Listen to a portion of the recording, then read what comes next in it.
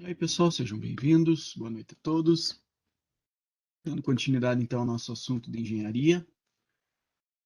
Na última aula, a gente viu algumas formas, né? Métodos formais, a gente viu, e depois métodos de quarta geração, tá? Hoje a gente vai falar de um assunto que, se essa aula fosse aí há 3, 4 anos atrás, ele não teria ah, todo o impacto, toda a importância que ele tem hoje, tá? Que é o que a gente chama de Lean Software Development, ou o Lean aí a gente acaba não traduzindo, mas a tradução de Lean significa enxuto, tá? Então, são técnicas de engenharia e de desenvolvimento de software que visam trazer, basicamente evitar desperdícios, né? Tornar o desenvolvimento de software o mais enxuto possível, tanto em questão de tempo, quanto em questão de dinheiro, quanto em questão da equipe de desenvolvimento, quanto em questão do usuário, e tudo mais que é envolvido na categoria aí de criação de softwares em geral. Tá?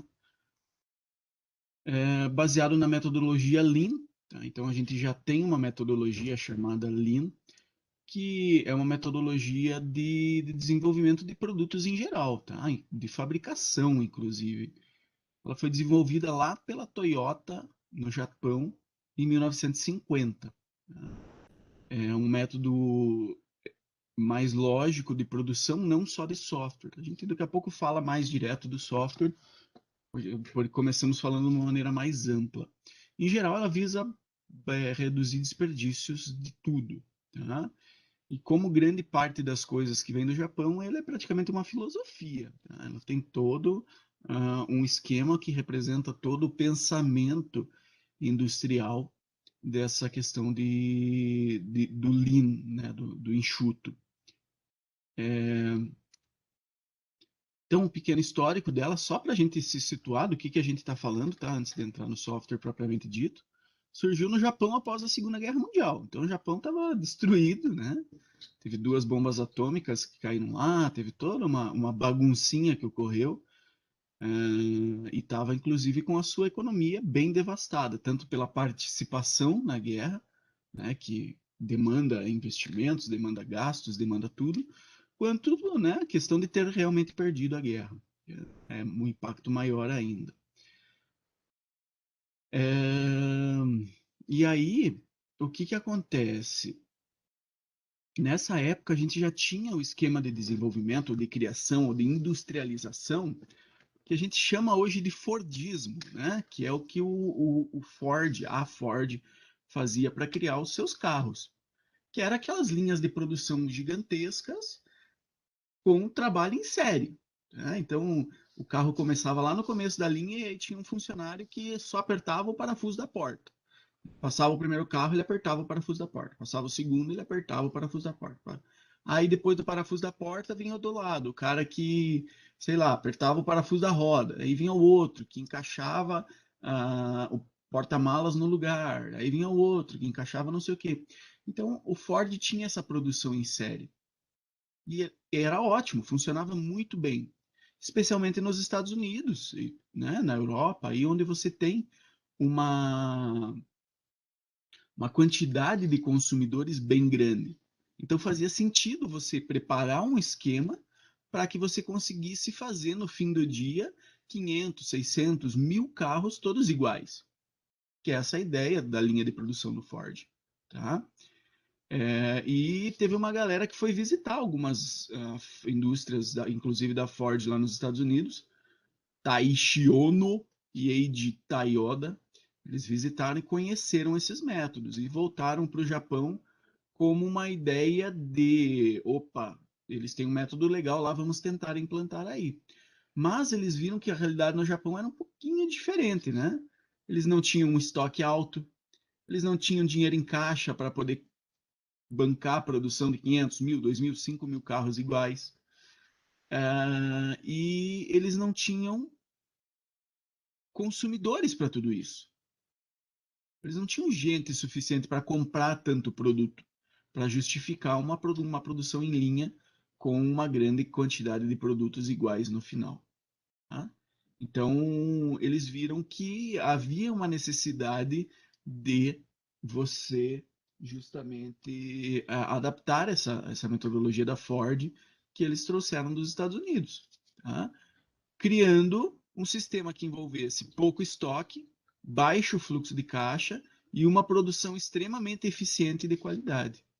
Extremamente eficiente de qualidade. Nasceu chamada de TSP, Toyota Production System. Toyota TPS, não é TSP. Tá?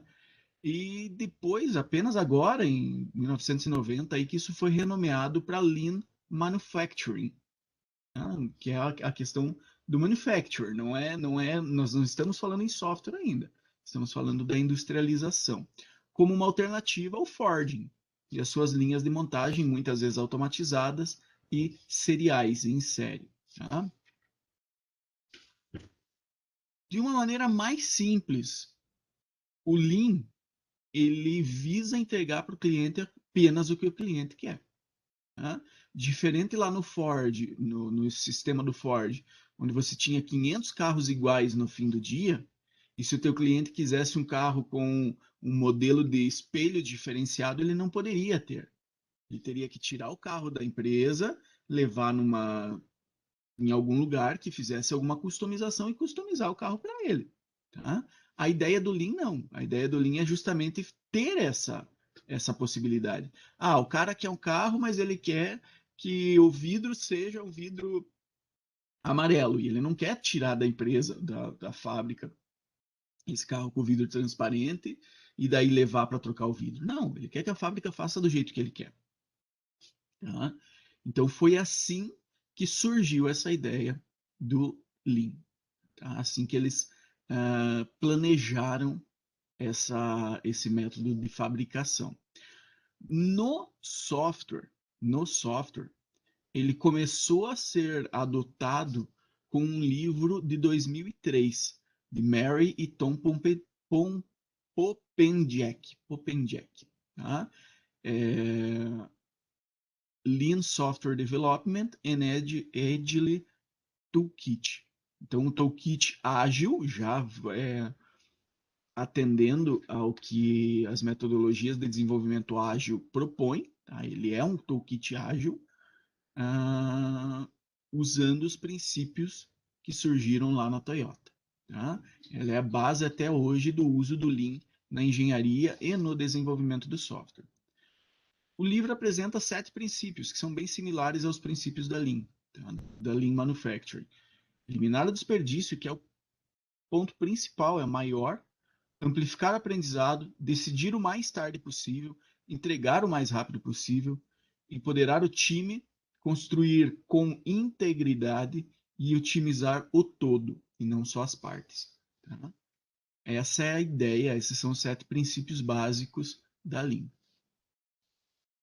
E o principal deles é o eliminar o desperdício, que traz até o nome, né, de Lean, de enxuto, de evitar o desperdício o máximo possível.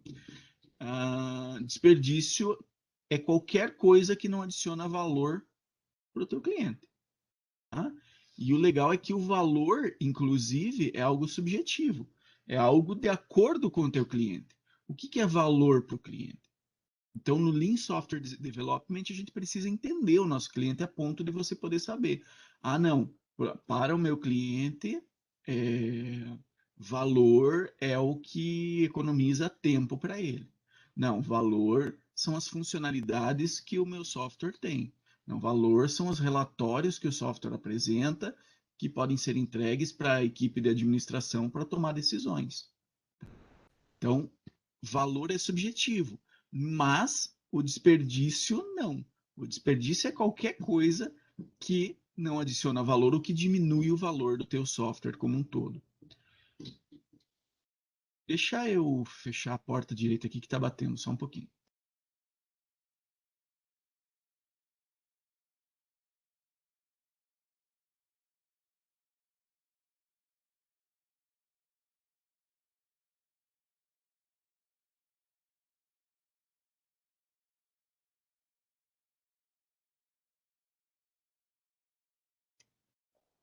Ai, não sei se estava atrapalhando vocês, mas eu com certeza estava. E acho que era aqui isso que eu estava falando, que é o conceito principal e é o conceito que é a base para os outros conceitos. Todos os outros conceitos, de um jeito ou de outro, visam tornar o teu processo, teu produto, teu resultado mais enxuto possível. Tá?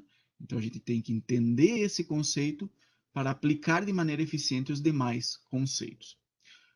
São 7 as principais origens de desperdício no desenvolvimento de software. E aqui nos facilita um pouco a vida. Eu não preciso ficar procurando, vendo como é que eu vou cortar desperdício, vendo. Não, eu tenho as 7 categorias aqui definidas. Então, o que eu preciso é ver no meu processo de desenvolvimento cada etapa dela aonde se encaixa e cortar os problemas que essas origens de desperdício possam, né, que eu possa ter no meu processo, no meu projeto. Então, facilita um pouco o nosso entendimento de todas as coisas aí. Beleza? Desperdício 1, trabalho parcial ou trabalho interminado. É uma tradução um pouquinho difícil de fazer. Basicamente, o que, que acontece? O Lean tem um esquema bem similar ao Scrum, por exemplo. A gente até vai ver isso mais ali para frente, tá? Onde ele tenta, ou ele prega, ou ele, né, é uma base dele, fazer sprints curtos, rápidos, e ao fim de cada sprint fazer uma entrega para o teu cliente. Tá? Então a ideia é levar software funcionando para o teu cliente com frequência e de uma maneira bem rápida, tá? Então imagina que eu estou fazendo um software para o meu cliente, sei lá, um controle de uma fábrica de carros aí. E eu tenho o módulo já de cadastro de cadastro de produtos finais, de cadastro de notas fiscais. E aí eu crio um cadastro de paleta de cores no meu sistema. Mas esse cadastro de paleta de cores eu não consigo terminar. Ele está pela metade. E chegou o fim da minha sprint. E aí eu vou gerar um executável novo e vou levar para o meu cliente e dizer, ó, esse é o software novo com as funcionalidades novas que você pode utilizar. E tem uma função ali no meio que não foi terminada. Por exemplo, o cadastro de paleta de cores. Tá? Que o cara até pode tentar usar, mas ele vai ter problemas a utilizar, porque não estão todas as funções que estão ali ainda. Talvez a escolha das cores não esteja cadastrada direito, não esteja desenvolvida direito. Talvez a forma de que essa escolha das cores vai virar cor no final do, né, vai virar cor dentro de uma latinha de tinta no final do processo não esteja feito ainda. Então são várias as formas que esse cadastro pode não estar terminado. E aí, quando eu entrego algo interminado para o cliente, né, um trabalho parcial, eu gero um desperdício muito grande. Primeiro, porque isso só vai adicionar valor para o cliente quando ele for realmente terminado. Por um milhão de motivos. O trabalho interminado é pior que um trabalho bugado, terminado com defeitos. Se o cara te ligar e disser, ó, oh, tô precisando de suporte aqui, eu tô tentando usar essa função de cadastro de paleta de cores e não está funcionando direito, o que que teu suporte vai falar? Olha, senhor, essa funcionalidade ela não foi implementada 100% ainda, ela não está finalizada, então a gente recomenda que o senhor não utilize. Não, porra, então não põe, não entrega para o cliente. Entende? É um problema ter essa função ali.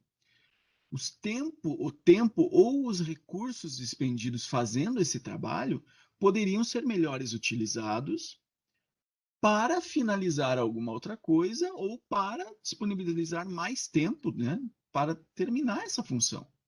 A paleta de cores é importante? É, beleza. Então tira alguma outra funcionalidade e coloca gente e tempo suficiente para terminar, para não entregar esse trabalho pela metade para o cliente. Ou o contrário, não, ela não é tão importante. Beleza, então tira ela e coloca esse pessoal para trabalhar melhor em alguma outra funcionalidade ou pega uma funcionalidade menor para implementar nessa sprint, nessa tua corridinha aí, certo? Então são as duas formas de resolver. Ah, David, você está falando que isso nunca pode ocorrer, que eu não posso entregar? Não, tem horas que vai ocorrer. Ó, ocorreu um problema no meio do desenvolvimento, o cara que estava desenvolvendo essa função pegou o Covid, não vai poder trabalhar por 15 dias, descobrindo uma vulnerabilidade nessa função que a gente está usando, eu não vou poder utilizar, vou ter que pesquisar outra coisa para implementar. São várias as coisas. Vocês sabem disso. Desenvolvimento do software é uma loucura. De repente aconteceu alguma coisa e você não consegue terminar. O que que está dizendo aqui? Olha, você deve evitar ao máximo essa situação. Se acontecer, aconteceu. Tenta entregar, completar ela na próxima sprint. Mas se for possível evitar, evite. Quanto mais tempo ficar interminado, tá, antes de você finalizar, mais obsoleto fica. E maiores as chances de gerar problemas de compatibilidade ou bugs diversos. Então eu já fiz esse cadastro de paleta de cores pela metade. E aí eu não termino ele na próxima sprint, na outra sprint, vou terminar só daqui uns 2 meses. Puxa, olha só, qual a chance desse cadastro que eu tinha pela metade gerar alguma incompatibilidade com o meu software por ter esses 2 meses de hiato aí no meio desse desenvolvimento? É grande. Talvez eu modifiquei alguma coisa na base de dados, talvez eu modifiquei alguma coisa no cadastro de carros, talvez eu modifiquei alguma coisa no cadastro de fornecedores ou de produtos, e aquele pedacinho, aqueles 10, 20, 30, 50, 80% que eu tenho desenvolvido do cadastro de paleta de cores, talvez ele tenha se tornado obsoleto nesses 2 meses. E aí é um retrabalho. E retrabalho é tempo, dinheiro desperdiçado. E desperdício é o que o Lean tenta evitar. Tá? Então, quanto mais tempo, coisas pela metade, maiores as chances de gerar problemas.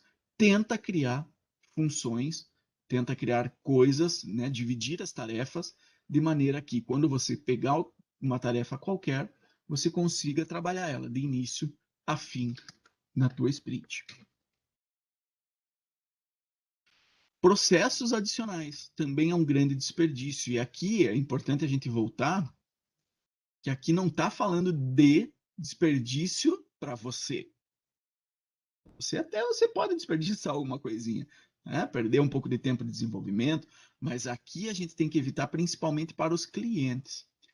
O que é um procedimento adicional, pessoal? São passos extra que você precisa fazer para chegar ao final de algum procedimento no teu sistema. Tá? Similar à burocracia. Se tem forma mais simples de fazer esse processo, essa é a forma que deve ser utilizada. Não, por exemplo, um exemplo que todo mundo já passou provavelmente essa semana. Você vai no, você vai no mercado e pega uma caixinha com uma dúzia de leite ou de cerveja, alguma coisa assim. E provavelmente a pessoa vai ter que chamar o supervisor para colocar o dedão ou passar o crachá para liberar a venda de 12 produtos para você. E isso ocorre para todo mundo que vai comprar 12 cervejas ou 12 leites ou o que for. Puxa, isso não é um desperdício ter o supervisor, que é o cara que, em teoria, recebe mais. E ele, para cada venda de alguma coisa em caixa, assim, que ultrapasse o limite de venda do mesmo item por cliente, ele ter que ir lá no caixa e colocar o dedinho dele? É. Será que não teria outra forma de eu fazer isso? Sei lá, não dá para confiar no caixa? Não dá para fazer um cadastro de produtos que vão ignorar esse limite de venda por cliente? Talvez seja interessante, tá? Então, se existe uma maneira mais simples, mais direta de resolver, use essa maneira mais simples, mais direta. Nem que não seja mais simples. Ah, eu vou ter que ter um cadastro a mais, vou ter que cadastrar, mas eu elimino esse procedimento adicional, tá? Significa perda de tempo do usuário e, consequentemente, é um desperdício. Tá? Desperdício de tempo é o maior exemplo que a gente tem aqui na maioria desses tipos de desperdício. Funcionalidades adicionais. Aqui é um pouco controverso, né? A ideia é entregue tudo que o cliente pediu e nada além disso. Tudo que o cliente pediu e nada além disso. Se o cliente não pediu, não tem importância para ele. Tá? A não ser que seja algo que você anotou que não tem como fazer o que ele pediu sem adicionar esse passo a mais. Por questão de segurança, por questão tudo discutível. Mas a ideia é, o meu sistema de controle de fabricação de automóveis, eu descobri que o cara precisa fazer as contas, umas continhas volta e meia, então eu desenvolvo uma calculadora, que o cara clica no botãozinho ali, abre a calculadora e ele digita, pá, calcula. Poxa, mas será que precisa colocar uma calculadora dentro do teu sistema?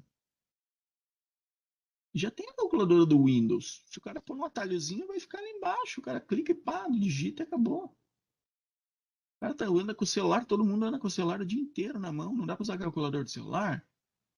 É uma funcionalidade que, se o cliente não pedir, pô, não tem por que adicionar.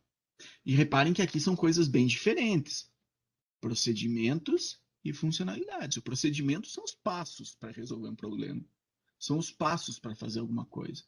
E as funcionalidades são os requisitos, são as coisas que eu vou implementar no meu sistema. Pode até ser uma adição interessante para o sistema. Porém, é melhor utilizar os recursos da tua equipe, tempo, desenvolvedor e tudo mais, para implementar o que o cliente pediu. Inclusive para evitar o trabalho parcial, que é o primeiro desperdício que a gente viu ali, certo? Porque a ideia nos métodos ágeis de desenvolvimento é uma lista pela ordem de importância das coisas para o usuário. Fazer uma lista pela ordem da importância.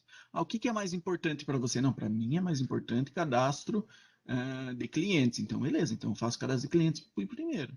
E depois? Não, depois eu quero cadastro de fornecedores. Então, cadastro de fornecedores é o segundo. E depois? Não, depois é o cadastro de modelos de carro que eu vendo. Então, é modelos de carro que você vende. Então, imagina assim, se eu já faço a lista em ordem de importância para o usuário, para saber o que eu desenvolvo antes e o que eu desenvolvo depois, em que lugar nessa lista vai entrar alguma coisa que o usuário não pediu? Em lugar nenhum, lá para baixo do último, certo? Então, isso é muito importante, a não ser que você note que é algo que vai impactar ativamente alguma funcionalidade que o usuário pediu. Se eu não fizer o cadastro de chaves de segurança aí, eu não consigo fazer a assinatura digital que o cara me pediu.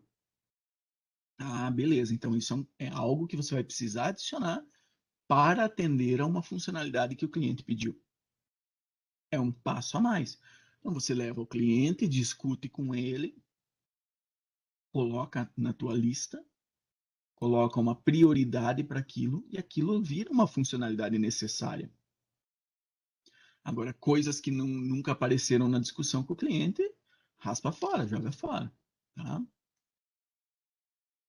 Troca de tarefas. Essa troca de tarefas, galera, é, os exemplos mais fáceis são os que envolvem a fabricação de coisas. Tá? Como é o caso sei lá, a linha de fabricação de carros lá da Ford, por exemplo. Tá? Mas qual é a ideia? A pessoa precisa de um certo tempo para mudar a cabeça, o estado das coisas, quando ela passa de estar fazendo uma coisa para estar fazendo outra coisa. Tá? Eu estou fazendo o cadastro de vendas. Beleza, então eu estou cadastrando vendas. Eu já sei de cabeça. É cliente, é código, data, pá, eu seleciono os dados e tudo mais. Então eu já tenho essa informação dentro da minha cabeça. E de repente, lá no meio, ele me joga para uma outra tela pedindo informações adicionais sobre alguma outra coisa. Tá? Então estou cadastrando a venda e de repente lá no meio da venda, se eu selecionar o veículo X, ele vai abrir uma talinha. Do veículo X você precisa cadastrar tamanho da roda, tipo do motor, tipo do banco e tipo do não sei o quê. Putz, mas a pessoa estava toda preparada para fazer vendas. Ela estava cadastrando vendas uma atrás da outra, quarta, quinta venda, e de repente você me traz uma tarefa diferente para ela fazer ali no meio. Então isso dificulta um pouco. forçar as pessoas a fazer essa troca de tarefas para completar um processo significa forçar as pessoas a trocar essa informação nas suas cabeças. O cara tá pensando naquilo, ele tá aqui, ó, né? Sangue no olho resolvendo aquele problema. E de repente você abre uma telinha à parte, fazendo alguma outra coisa. Putz, quebra a linha de pensamento, quebra a linha de raciocínio. Tá? Lá na empresa é a mesma coisa. Se o cara tá apertando parafusos da porta e de repente você grita para ele: Ô João, agora chega de apertar o parafuso da porta, você vai apertar os parafusos do porta-malas. Não é a mesma coisa. O cara tá aqui, ele tá que nem no filme lá do Charles Chaplin, ele tá aqui, ó. E de repente você manda ele apertar lá atrás. Ele chega lá. Ah, não, esse não é assim, esse é assim. Ah, beleza. Então ele tem que trocar a ferramenta, ele tem que entender a lógica da outra coisa, ele tem que entender quais são os problemas inerentes a essa nova função. Então é um monte de coisa. Tá? No software isso parece ser menor. Parece ser menor, porque o teu usuário está sentado numa cadeira digitando alguns valores no teclado. Mas essa modificação de tarefas em execução também gera problemas. Tá? E espera. Cara, espera é a definição do desperdício. Sempre que você tem que esperar alguma coisa acontecer, você está desperdiçando tempo. Tá? Então, por isso, a gente deve evitar sempre que possível delays, demoras, atrasos no software, especialmente aquelas que bloqueiam o andamento de algum processo. Putz, bloqueou o andamento de algum processo. O cara não pode fazer mais nada. Putz, que sacanagem, né? Por exemplo, voltamos a 2 slides atrás no exemplo do supermercado. Quantos de vocês já tiveram que ficar esperando chegar o supervisor no mercado com o cartãozinho ou com o dedo dele porque passou um produto com o código de barra errado? E aí você fica ali. E aí o cara do caixa já fica olhando com cara de, pô, desculpa aí, mas, né? Aperta o botãozinho umas 3 vezes ali para ver se a pessoa se toca e vem. Putz, eu estou esperando, está desperdiçando tempo do caixa, está desperdiçando tempo meu, do cliente, está desperdiçando tempo do mercado. Se tem 3, 4 pessoas na fila, já começam a te xingar mentalmente. Porra, mas também, por que vai pegar uma selga?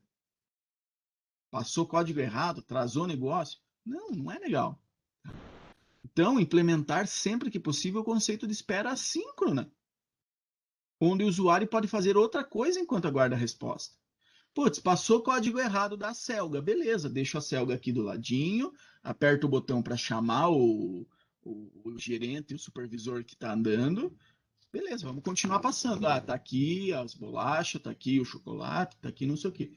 Dali 3 minutos chegou o supervisor. Ah, ele queria cancelar essa Selga aqui. O cara põe o dedo e cancela a Selga. Ninguém precisou ficar esperando. A não ser que por azar fosse o último produto. Aí não ia ter saída. Mas a ideia, por exemplo, é de fazer implementar coisas que a pessoa possa continuar usando.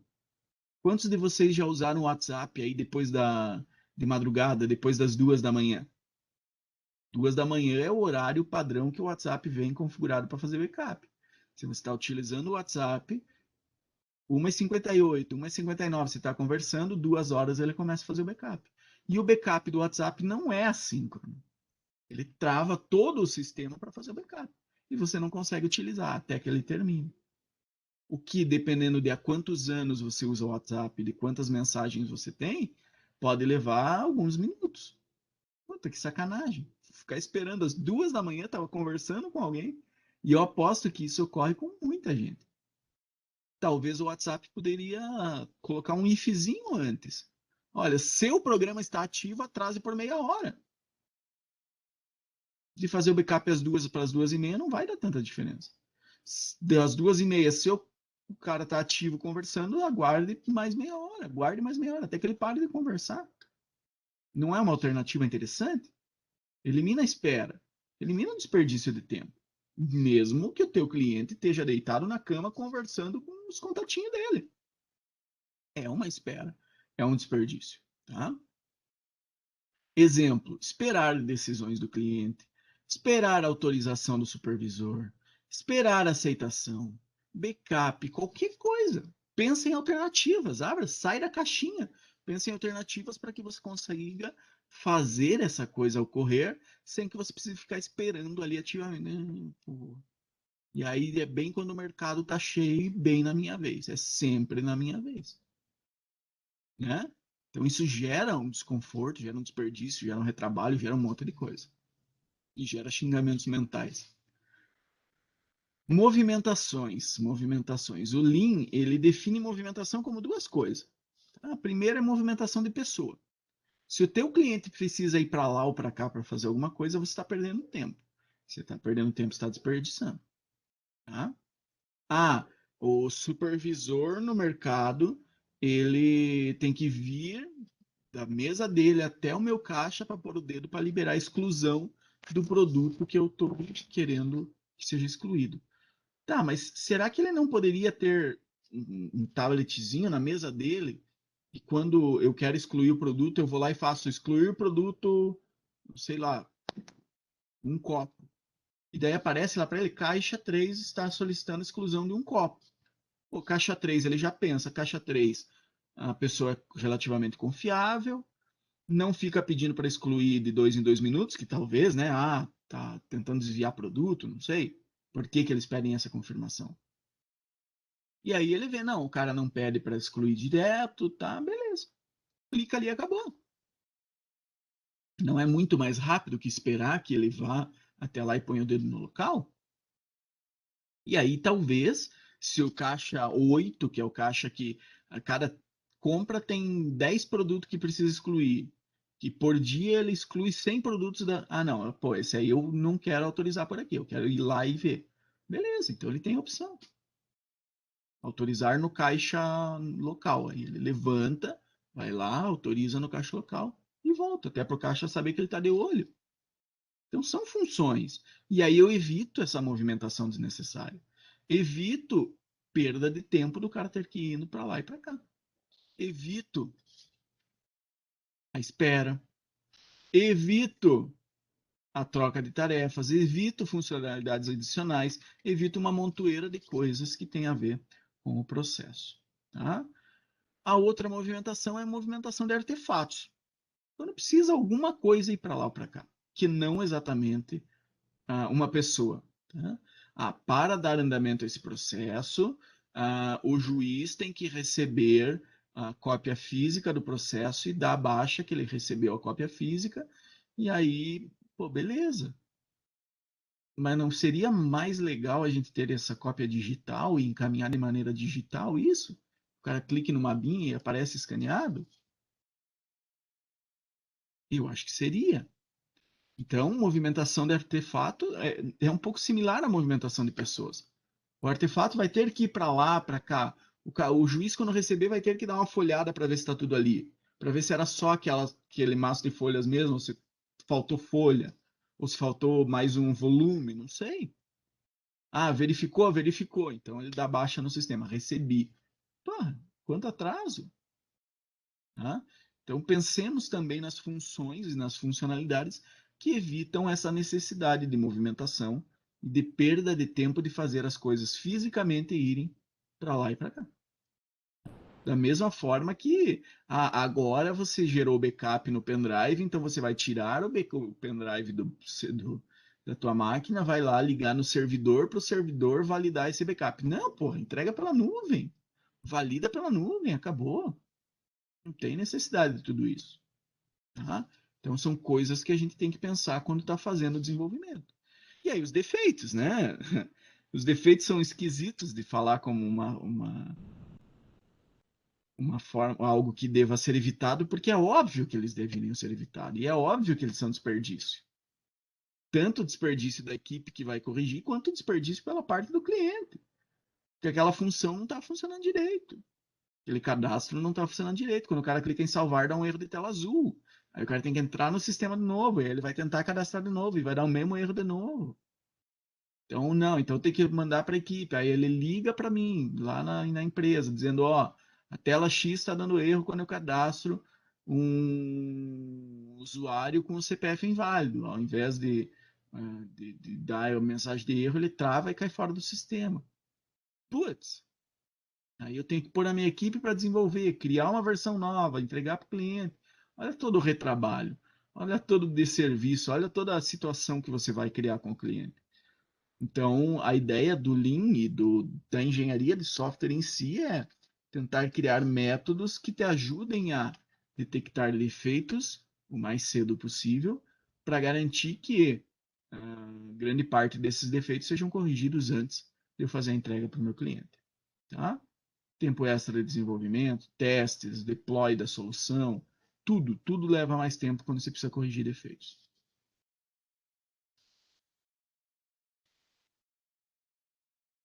Ah, tinha certeza que eram 7, agora 6 defeitos e caiu fora.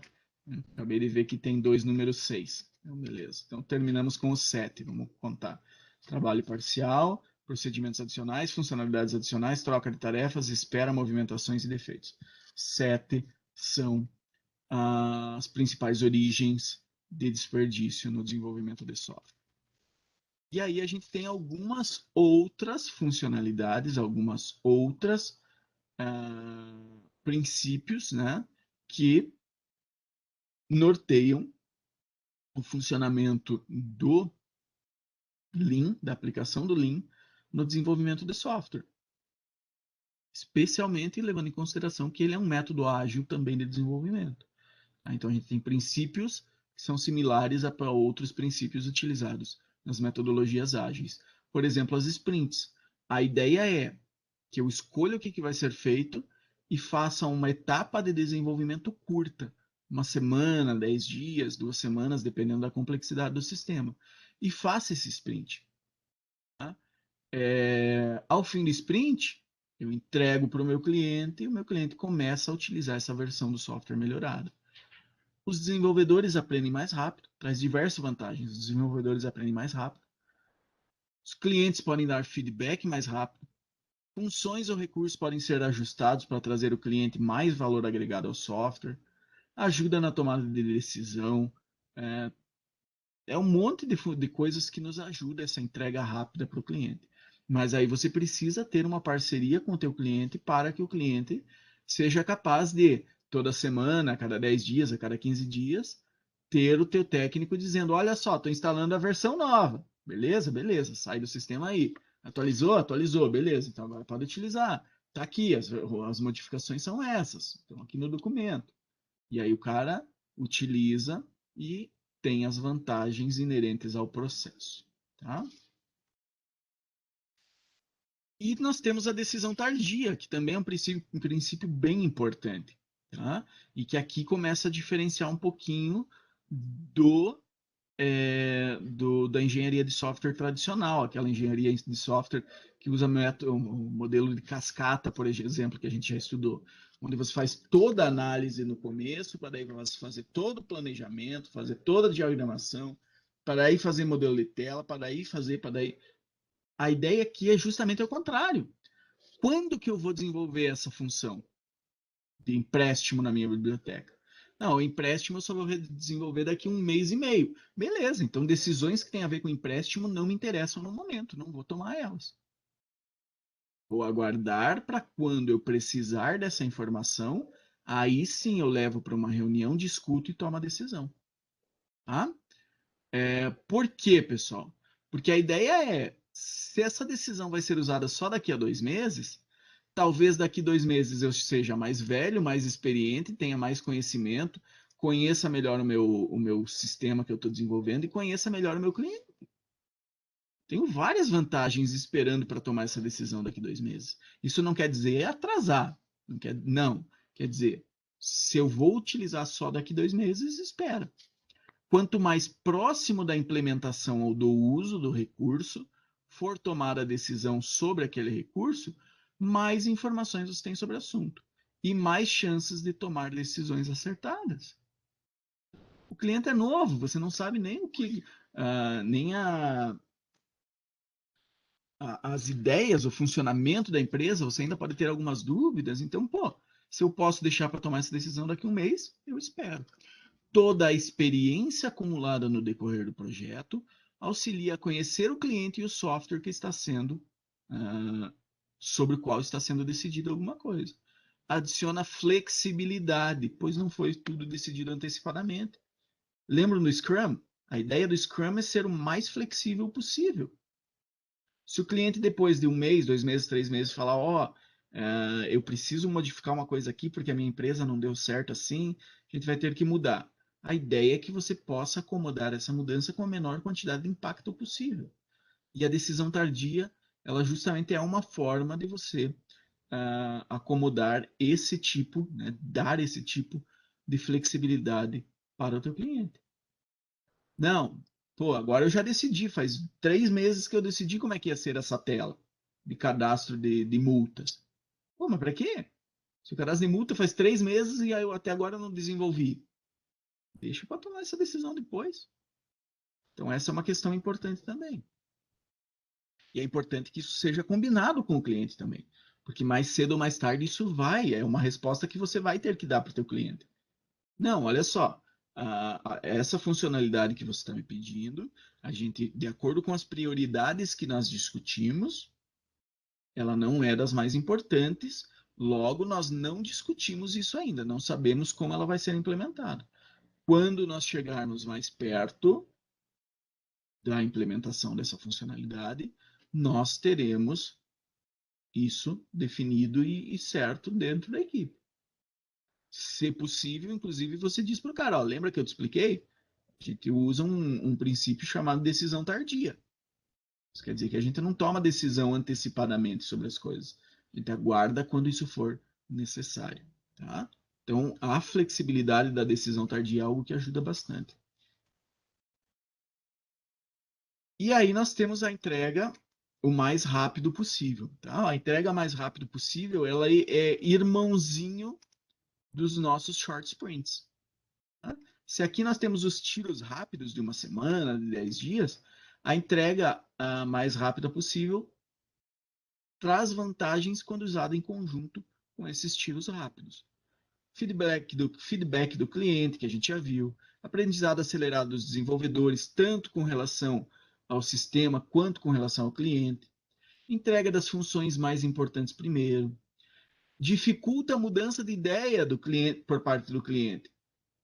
O cliente vai se sentir. É mais difícil para o cliente desistir de um software, de um projeto de software que ele já está usando 20%, 30%, 40%, 50%. Ele já está usando, ele já está vendo as melhorias, já está instalado, já está rodando. Os funcionários dele já foram treinados, já está dando resultado. Então a mudança de ideia por parte do cliente é muito mais difícil. Torna decisões mais rápidas por ter mais material de apoio. Eu já tenho todo um backlog entregue para o cliente. Talvez lá na terceira, quarta, quinta sprint, quando eu for, e aí, como é que eu faço essa tela? Você já vai lembrar, na tela anterior o cliente falou que não gostou muito disso aqui. Então eu já tenho mais material polido, seja esse material escrito, seja esse material retorno do cliente, que vai me ajudar a tomar essas decisões. E um menor desperdício. Tá? Quanto menor a fatia que você entregar para o cliente de uma vez só, menor a quantidade de material que o cliente pode dizer, não, não era isso que eu queria. Não, não era assim que eu tinha interesse. Ele só pode te fazer isso com material de 1, 2 sprints para trás. O restante ele já está usando faz mais tempo. Já se assentou, já se adequou, já adaptou o material, já adaptou as pessoas, já adaptou tudo. Tá? Então, isso ele tem essa vantagem. Preferencialmente, a entrega deve ser calibrada e deve ocorrer em paralelo com os short sprints. Beleza? Tem mais princípios, tem mais funcionalidades. A gente vai ver a questão do backlog, a gente vai ver a questão do uso do Kanban também. Ele é bacana. Eu estou procurando uma ferramenta de Kanban gratuito na internet que a gente possa utilizar nas nossas aulas. E ainda não encontrei nada que não precise criar conta e talvez registrar ou coisa assim. Mas assim que eu achar alguma ferramenta para isso, eu quero mostrar para vocês o Kanban em uso também, tá? Mas o restante desses princípios aí a gente discute na próxima aula, já estamos uma hora de aula quase. Então, alguém tem alguma dúvida sobre o que a gente viu até aqui? Como eu falei para vocês, tá? Se fosse alguns anos atrás, esse assunto seria abordado de maneira bem menos enfática, bem mais, acabou. Mas hoje o Lean ele está sendo adotado muito forte, não só no desenvolvimento, tá? Não só no desenvolvimento, em grande parte da questão de manufatura, de atendimento ao cliente e na engenharia e desenvolvimento de software. Por isso que a gente vai ter uma ênfase um pouquinho maior nele aí, tá?